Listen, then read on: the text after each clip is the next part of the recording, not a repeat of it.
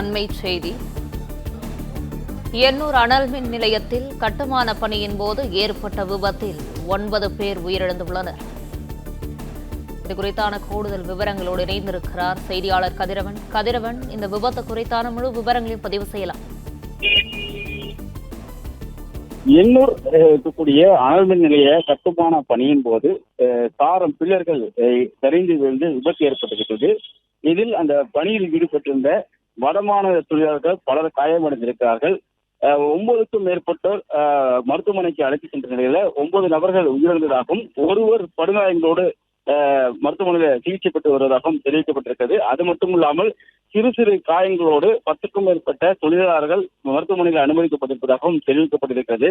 பில்லர்கள் போன்ற அந்த அவை அந்த ஊழியர்கள் மீது விழுந்ததில் படுகாயம் அடைந்ததாகவும் அதில் காயமடைந்தவர்களை ஸ்டான்லி அரசு மருத்துவமனை கொண்டு சென்ற போது மருத்துவர்கள் பரிசோதனை செய்து 9 நபர்கள் உயிரிழந்ததாக தெரிவித்திருக்கிறார்கள். அவரது உடல்கள் ஸ்டான்லி பிரேத பரிசோதனைகள் ஸ்டான்லி அரசு மருத்துவமனை பிணக்கூறு ஆய்வில் வைக்கப்படுகிறது. ஒருவர் இன்னும் படுகாயங்களோடு இருப்பதாகவும் 10க்கும் மேற்பட்டோர் காயங்களோடு அங்கு சிகிச்சை பெற்று வருவதாகவும் தெரிவிக்கப்பட்டிருக்கிறது. விபத்துக்கான காரணங்கள் குறித்து விசாரணை மேற்கொண்டு வருவதாகவும் தெரிவிக்கப்பட்டிருக்கிறது.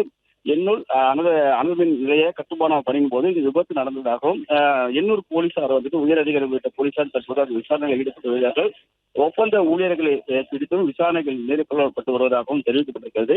இந்த அனல் மின் நிலைய கட்டுமான பணியை ஒப்பந்தம் செய்த அந்த ஊழியர்களை பிடித்து விசாரணை மேற்கொண்டு வருவதாகவும் இதற்கான காரணம் என்ன என்பது குறித்து விசாரணை நடைபெற்று வருவதாகவும் தெரிவிக்கப்படுகிறது. தற்போது முதற்கட்டமாக 9 நபர்கள் உயிரிழந்திருக்கிறார்கள். ஒருவர் படுகாயமடைந்திருப்பதாகவும் 10க்கும் மேற்பட்டோர் மருத்துவமனையில் சிகிச்சைக்காக அனுமதிக்கப்பட்டிருப்பதாகவும் தெரிவிக்கப்பட்டிருக்கிறது.